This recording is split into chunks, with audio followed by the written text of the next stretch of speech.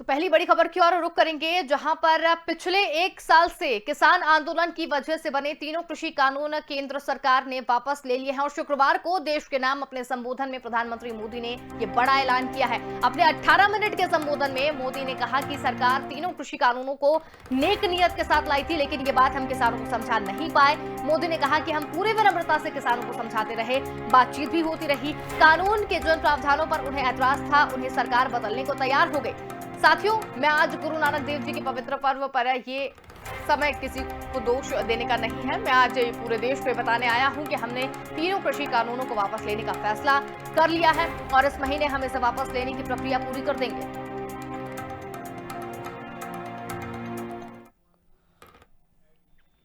और ज्यादा जानकारी के लिए पॉलिटिकल एडिटर अखिलेश वकील हमारे साथ जुड़ गए हैं। जी अखिलेश जी, तीनों कृषि कानूनों को वापस ले लिया गया है, इसे क्या समझे, क्या सोचकर इसे लिया गया है? क्योंकि अगर कृषि कानूनों की बात करें, किसान आंदोलन की बात करें, तो लगातार एक साल से आंदोलन किया जा रहा था। यह आंदोलन काफी उग्र भी रहा, हिंसात्मक भी रहा, बातचीत भी होती रही, लेकिन आखिरकार कानून को वापस लेना पड़ा। कैसे देखें इसे?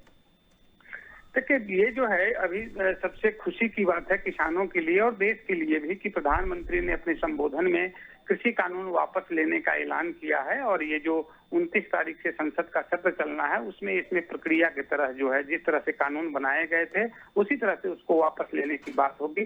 पीएम ने किसानों से भी अपील की है कि वो घर वापस हो जाएं और अब जो है जब ऐलान हो गया है तो इस पर कार्रवाई शुरू होगी। एक लेकिन सबसे बड़ी चीज है कि ये जो है ना, ये किसानों के लिए और देश के लिए खुश होने का माहौल तो है ही, लेकिन सबसे बड़ी चीज है कि आज गुरु नानक देव की जयंती भी है और आज ही से समझिए कि करतारपुर की यात्रा, बॉर्डर की यात्रा उधर होनी है गुरु नानक देव जी के लिए। तो ये भी समझिए कि सिखों को भी संदेश देने की कोशिश की गई है और किसानों को भी संदेश देने की कोशिश की गई है और देश को भी और जवानों को भी। सबसे बड़ी चीज इसमें दो चीजें आ रही है कि चुनाव के एन वक्त पहले, जिसकी संभावना भी पहले जताई जा रही थी कि हो सकता है चुनाव के समय एक तरह से पीएम मोदी का ये मास्टर स्ट्रोक की तरह ही होगा और कृषि कानून को वापस लेंगे। उन्होंने ऐसा किया भी। कल जो दिल्ली में बैठक हुई थी बीजेपी की बड़े नेताओं की, जितने भी वरिष्ठ नेता थे उसमें इसकी बैठक की गई, सारे नेता उसमें शामिल थे और उसमें कुछ बातें तो छनकर बाहर आई, लेकिन जो मूल बातें थी जिसकी परिणति आज देखने को मिल रही है, लगता है कि बीजेपी नेताओं के बीच बैठक में इस बात पर सहमति बन गई थी कि कृषि कानूनों को हटाए बिना समझिए कि यूपी को जीतना मुश्किल है। अब देखना ये होगा कि यूपी चुनाव में इसका कितना असर पड़ता है, पंजाब के चुनाव पर कितना असर पड़ता है। लेकिन सबसे बड़ी चीज है कि जो किसान साल भर से आंदोलनरत थे और किसानों को लेकर विपक्षी पार्टियां जिस तरह से सरकार पर हमलावर थी, उसको लेकर जो है सरकार, ये पीएम मोदी ने एक ही झटके में सारी चीजों को बंद कर दिया है। अब इसका परिणाम जो है चुनाव परिणाम पर क्या पड़ेगा इसको देखना होगा। लेकिन अभी फिलहाल तो किसानों में जश्न का माहौल है। जो ये तीनों जो दिल्ली से सटे हुए बॉर्डर हैं, वहां से खबरें आ रही, किसान काफी खुश हैं, खूब गीत गा रहे हैं। तो इस तरह का माहौल बना हुआ है और ये जो है ना, इसको पूरे रूप से जो है समझिए कि चुनावी माहौल को देखकर ही प्रक्रिया में ही इसको देखा जा सकता है। क्योंकि उत्तर प्रदेश चुनाव जो है किसी तरह से बीजेपी को जीतना है। उत्तर प्रदेश चुनाव बीजेपी अगर नहीं जीत पाती है तो 2024 का चुनाव उनके लिए संकट खड़ा कर सकता है। तो ये जो पूरी परिस्थिति है, ये समझिए चुनावी माहौल के तहत इसको देखा जा सकता है। प्रधानमंत्री मोदी आज जो है किसानों को लेकर, जवानों को लेकर उधर जो है बुंदेलखंड की यात्रा पर भी जा रहे हैं और इस पूरे प्रक्रिया को एक तरफ प्रकाश पर्व गुरु नानक देव जी का, दूसरी तरफ जो है किसानों के कानून की वापसी और तीसरी तरफ जो है उत्तर प्रदेश के ही बुंदेलखंड इलाकों में समझिए कि करोड़ों रुपए की बजट का जो है समझिए कि वो ऐलान करने जा रहे हैं। तो ये तमाम चीजें जो है चुनाव प्रक्रिया के तहत ही होता जा रहा है और इसी के संदर्भ में इसको देखा जाना चाहिए। चलिए अखिलेश जी, बहुत धन्यवाद हमारे साथ जुड़ने के लिए और तमाम जानकारी हमारे साथ साझा करने के लिए। चलिए बढ़ेंगे दूसरी बड़ी खबर की ओर, जहां पर प्रधानमंत्री नरेंद्र मोदी आज किसानों, जवानों को तमाम बेशकीमती सौगात देंगे। इसकी कुल लागत करीब 6,600 करोड़ रुपए होगी। महोबा में ये 4 बांधों को जोड़ने वाली अर्जुन सहायक परियोजना के साथ करीब 3,263 करोड़ के विकास कार्यों का लोकार्पण करेंगे। इसके बाद झांसी में डिफेंस कॉरिडोर के पहले प्रोजेक्ट की आधारशिला रखेंगे, जहां टैंक रोधी मिसाइल हल्के हेलीकॉप्टर बनेंगे। यहीं वो मेगा सोलर पार्क समेत सबसे हल्का स्वदेशी हेलीकॉप्टर, वाइलफेयर सूट समेत तमाम सैन्य आयुध उपकरण देंगे और उसकी कुल लागत 3,414 करोड़ है। झांसी में प्रधानमंत्री रानी लक्ष्मीबाई के जन्मदिन समारोह में भी शामिल होंगे और इससे पहले रानी का किला देखेंगे। अंग्रेजों के युद्ध के दौरान रानी जिस स्थान से घोड़े पर सवार होकर कूदी थी वो भी देखेंगे और किले के सबसे ऊंचे बुर्ज से वो शहर का नजारा लेंगे। मोदी जी जो तोहफे देने वाले हैं उनमें से डिफेंस कॉरिडोर को हटा दें तो ज्यादातर पानी से संबंधित है। बुंदेलखंड के 7 जिले दशकों से जल संकट से ग्रस्त है और ये योजनाएं 500 से ज्यादा गांव, 10 लाख से ज्यादा किसानों को लाभान्वित करेंगे, जिसमें ललितपुर का भवानी बांध, महोबा की अर्जुन सहायक परियोजना मुख्य है।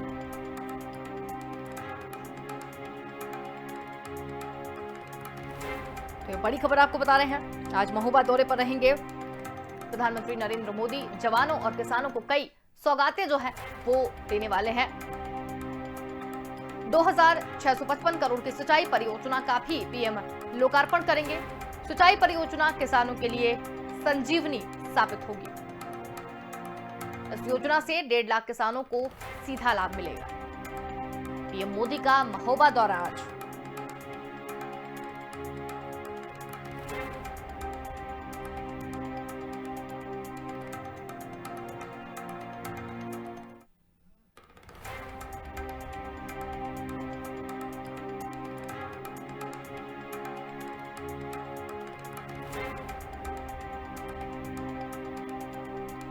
इस वक्त की बड़ी खबर आपको बता रहे हैं,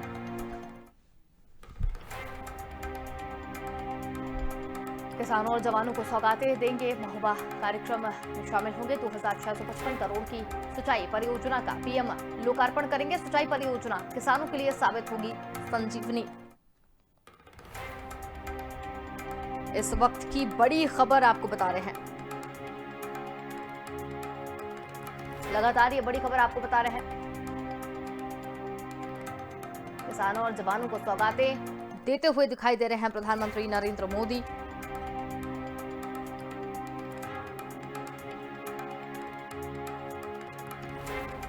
इस वक्त की बड़ी खबर आपको बता रहे हैं, लगातार योजना से 1.5 लाख किसानों को सीधा लाभ मिलेगा।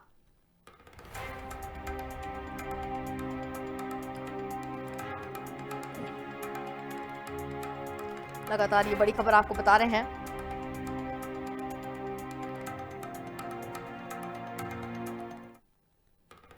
इस वक्त की बड़ी खबर आपको बता रहे हैं, लगातार ये बड़ी खबर आपको बता रहे हैं। और ज्यादा जानकारी के लिए हमारे साथ यूपी एडिटर अकील सिद्दीकी जुड़ गए हैं। जी अकील जी, महोबा दौरे पर रहेंगे, कई परियोजनाओं का भी लोकार्पण यहाँ पर किया जाएगा। इसके साथ ही जवानों और किसानों को सौगातें काफी मिलने की उम्मीद है, क्या कुछ अधिक जानकारी? देखिए, निश्चित तौर पर आज देखा जाए तो आज महोबा और बुंदेलखंड को पूरी तरीके से फोकस किया गया है और बुंदेलखंड को आज बड़ी सौगात मिल सकती है। देखिए, जिस तरह देखा जाए तो बुंदेलखंड में हमेशा देखने को मिला है कि तमाम जो योजनाएं रही वो काफी कहीं ना कहीं लाभान्वित नहीं हो पा रहे थे। तो आज प्रधानमंत्री जिस तरह केंद्र सरकार ने बड़ा सहयोग करते हुए, चाहे वो डिफेंस कॉरिडोर रहा हो, सबसे बड़ी योजना तो डिफेंस कॉरिडोर का रहा है जो बुंदेलखंड को मिला था।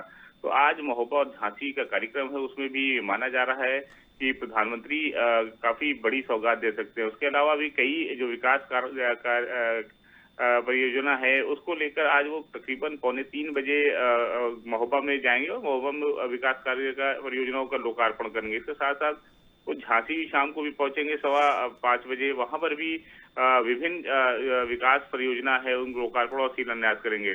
तो ऐसे में माना जा रहा है कि मुख्यमंत्री का जो बुंदेलखंड दौरा है वो कहीं ना कहीं भाजपा को मजबूत करेगी और सियासी व्यू यानी पथरीली जो जमीन है उसे कमल खिलाने की कोशिश और खाद पानी देने की तैयारी की गई है।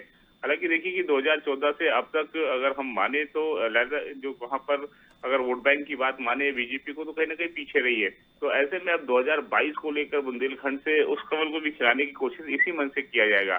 ऐसे में तमाम जो केंद्र सरकार और राज्य सरकार की योजना है उसका भी बखान वहाँ पे किया जाएगा। बड़ी सौगात वहाँ पर दी जा रही है। इसके अलावा अगर हम बात करें तो इस दौरान मुख्यमंत्री योगी आदित्यनाथ और संगठन के लोग भी यहाँ पर मौजूद रहेंगे, क्योंकि बुंदेलखंड को देखा गया कि डिफेंस कॉरिडोर को लेकर सबसे बड़ा जब प्रधानमंत्री लखनऊ आए थे राजधानी बनने के बाद इस साल, तो कहने की बड़ी सौगात दिए थे। तो ऐसे में रोजगार से जोड़ने के लिए डिफेंस कॉरिडोर और तमाम बुंदेलखंड और महोबा को बड़ी योजनाओं से लाभान्वित किया जाएगा। वहां पर इसको लेकर पूरी तैयारी पहले ही कर ली गई थी। मुख्यमंत्री ने भी कल ही दौरा किया था, उनके आने से पहले 2 दिन पहले भी दौरा कर लिया था। तो ऐसे में मुख्यमंत्री भी ये चाहते हैं कि बुंदेलखंड को कैसे आगे बढ़ाया जाए। जब डबल इंजन की सरकार है, केंद्र सरकार पूरी सहयोग कर रही है, तो उसमें आगे जाना ही चाहिए। तो ऐसे में पूरी तरीके से फोकस तो एक योजनाओं को लेकर है, दूसरी 2022 को लेकर। तो ऐसे देखना होगा कि मन से क्या कुछ वो मुख्यमंत्री और प्रधानमंत्री संबोधित करते हैं और 2022 को इस मन से कैसे साधते हैं। जी चलिए, बहुत धन्यवाद हमारे साथ जुड़ने के लिए अखिल जी, और तमाम जानकारी हमारे साथ साझा करने के लिए।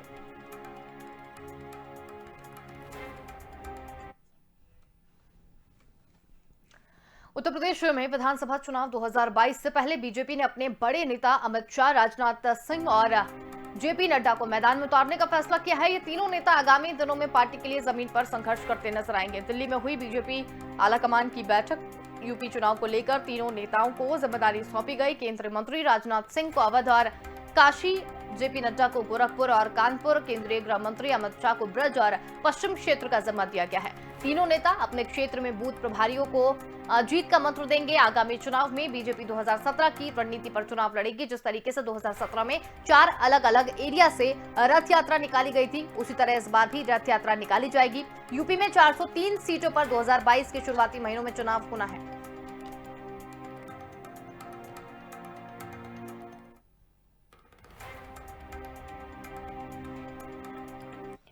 और पॉलिटिकल एडिटर अखिलेश अखिल हमारे साथ यहाँ पर जुड़ गए हैं। जी अखिलेश जी, आपसे जानना चाहेंगे कि यहाँ पर बीजेपी ने अपने जो बड़े नेता हैं उन्हें अलग अलग कमान यहाँ पर दे दी है।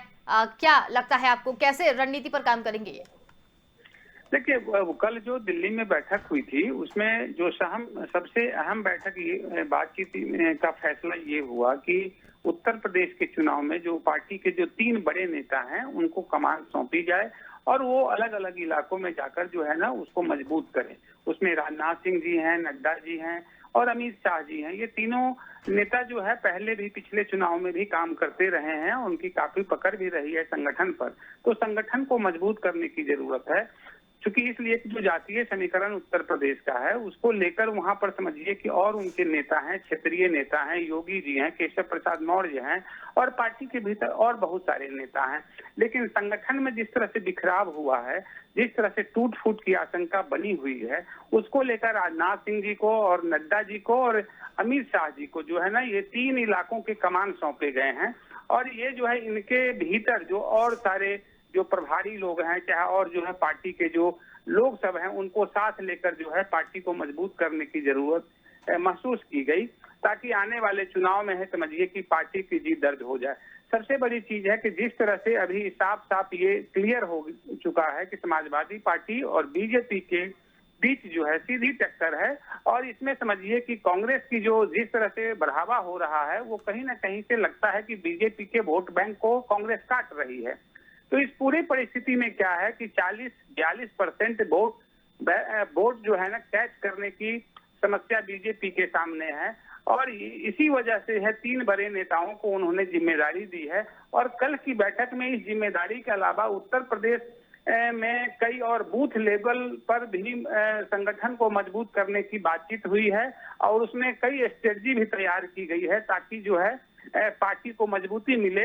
और ये जो है योगी की जो रणनीति है, योगी का जो उत्तर प्रदेश में गोरखपुर खासकर पूर्वांचल में जो रणनीति है, जो उनका जातीय समीकरण है, उसको और कितना बेहतर किया जाए।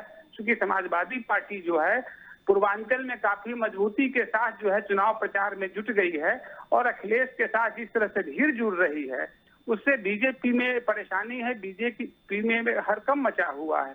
क्योंकि राजनाथ सिंह भी पूर्वांचल से ही आते हैं, तो इसी वजह से पूर्वांचल का प्रभार भी उनके साथ जोड़ा गया है, और पूर्वांचल में योगी जी और राजनाथ सिंह मिलकर जो है काम करेंगे। तो ये जो पूरी परिस्थिति बीजेपी को मजबूत करने को लेकर है, ताकि आने वाले चुनाव में जो है बीजेपी की स्थिति मजबूत हो, कांग्रेस वोट बैंक न काट सके और समाजवादी पार्टी से सीधे टक्कर हो। यही फार्मूला के तहत जो है 3 बड़े नेताओं को चौहान को माने एक तरह से जिम्मेदारी दी गई है। चलिए, बहुत धन्यवाद अखिलेश जी हमारे साथ जुड़ने के लिए और तमाम जानकारी हमारे साथ साझा करने के लिए। बढ़ेंगे अगली खबर की ओर, जहां पर गौ संरक्षण के लिए शिवराज सरकार गाय टैक्स लगाने की तैयारी कर रही है। मुख्यमंत्री शिवराज सिंह चौहान ने इसके संकेत भी दे दिए हैं। उन्होंने गुरुवार को मध्य प्रदेश गौपालन और पशुधन संवर्धन बोर्ड की समीक्षा बैठक के दौरान अफसरों को निर्देश दिए कि गौग्रास के लिए टैक्स लगाने की योजनाएं बनाएं। इसके साथ ही जन भागीदारी को भी बढ़ावा दिया जाए। आपको बता दें कि इस तरह का टैक्स लगाने का मसौदा कमलनाथ सरकार में भी अफसरों ने तैयार किया था। शिवराज सरकार भी ऐसे ही विकल्पों के जरिए किसानों को भरण पोषण की तैयारी यहां पर कर रहे हैं। फर्क इतना है कि कमलनाथ सरकार महंगी कारों, स्टाम्प ड्यूटी और टोल प्लाजा की फीस बढ़ाकर गौशालाओं का निर्माण करना चाहती थी, लेकिन शिवराज सरकार गायों के चारे भूसे की स्थायी व्यवस्था करने के लिए रजिस्ट्री वाहन शराब पर सेस लगाने के विकल्प पर विचार कर रही है।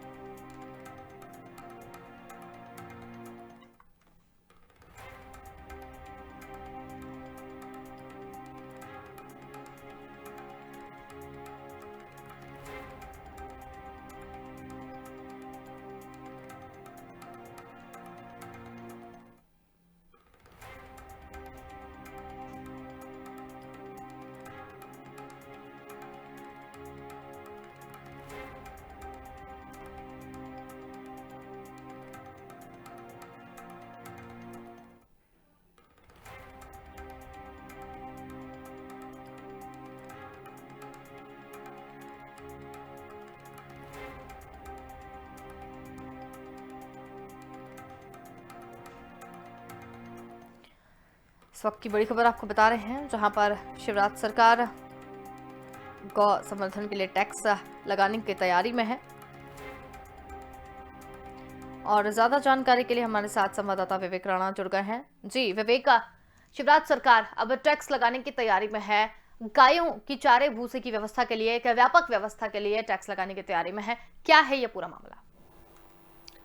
बिल्कुल अंशुल, बात की जाए मध्य प्रदेश की शिवराज सिंह चौहान की, तो मध्य प्रदेश के जो मुख्यमंत्री शिवराज सिंह चौहान उन्होंने कुछ दिन पहले पशु संवर्धन बोर्ड की जो समीक्षा बैठक की थी, उसमें अधिकारियों को खाका तैयार करने के निर्देश दिए हैं कि अब जो मध्य प्रदेश में जो गाय हैं उन पर भी टैक्स लगाया जाए। यानी देखने वाली बात है कि जो गाय का जो खाना होता है उन पर भी टैक्स लगाया जाए, जिससे उनकी जो देखभाल है वो सुचारू रूप से हो सके। क्योंकि पुरानी सरकार की बात की जाए, कमलनाथ सरकार की बात की जाए, तो कमलनाथ सरकार ने भी प्रयास किया था और जो गाय है उन पर टैक्स लगाने को लेकर अधिकारी को निर्देश दिए थे, मगर खाका जो है वो तैयारी किया जा रहा था, मगर सरकार गिरने के कारण जो योजना है वो पूरी सामने नहीं आ पाई थी। मगर बात की जाए शिवराज की, तो शिवराज सिंह चौहान ने अधिकारियों को निर्देश दिए हैं, जो रणनीति है, जो योजना है वो तैयार की जा रही है। मगर बात की जाए पूरे मध्य प्रदेश की, तो मध्य प्रदेश में करीब 1300 जो गाय के जो गौशाला रहती हैं वो मध्य प्रदेश में करीब 1,80,000 मध्य प्रदेश में जो गाय हैं वो गौशाला में मौजूद है। मगर बात की जाए पूर्व की कमलनाथ सरकार की, तो पूर्व की कमलनाथ सरकार ने प्रति गाय 20 रुपये की जो राशि है वो निश्चित की थी। मगर जिस प्रकार से शिवराज सिंह चौहान द्वारा अधिकारियों को निर्देश दिए गए हैं, उसके बाद पूरे बात की जाए जो गाय हैं उनके भोजन की, तो 1 रुपये 60 पैसे प्रति गाय हो गई है। यानी देखने वाली बात है कि 90% जो है राशि है वो घटा दी है। मगर बात की जाए गायों की देखरेख के लिए, तो मुख्यमंत्री शिवराज सिंह चौहान ने स्वयं सेवियों से, समाज सेवियों से चर्चा की है और उनसे चर्चा के बाद उनको निर्देश दिए हैं कि जो गौशाला है जिनमें गाय है उनकी देखरेख के लिए वो सामने आए। मगर पूरे बात की जाए मध्य प्रदेश के गौशालाओं की, तो जिस प्रकार से मध्य प्रदेश के गौशालाओं गांव में जो व्यवस्था है वो अभी सुचारू रूप से चल रही हो, जो अधिकारी है मंत्रालय के वो लगातार इस योजनाओं को लेके पूरी तैयारी कर रहे हैं। रणनीति तैयार की जा रही कि किस प्रकार से जो टैक्स है वो लगाया जाए, क्योंकि शराब टैक्स की बात की जाए, वाहन टैक्स की बात की जाए तो इनसे भी टैक्स लगाकर जो गौशाला है उनके गायों का जो भोजन है उसके लिए व्यवस्था की जा रही है। चलिए, बहुत धन्यवाद हमारे साथ जुड़ने के लिए और तमाम जानकारी हमारे साथ साझा करने के लिए। चलिए, और फिलहाल के लिए इस बुलेटिन में अपना ही देखते रहिए स्वदेश न्यूज, क्योंकि सबसे पहले देश।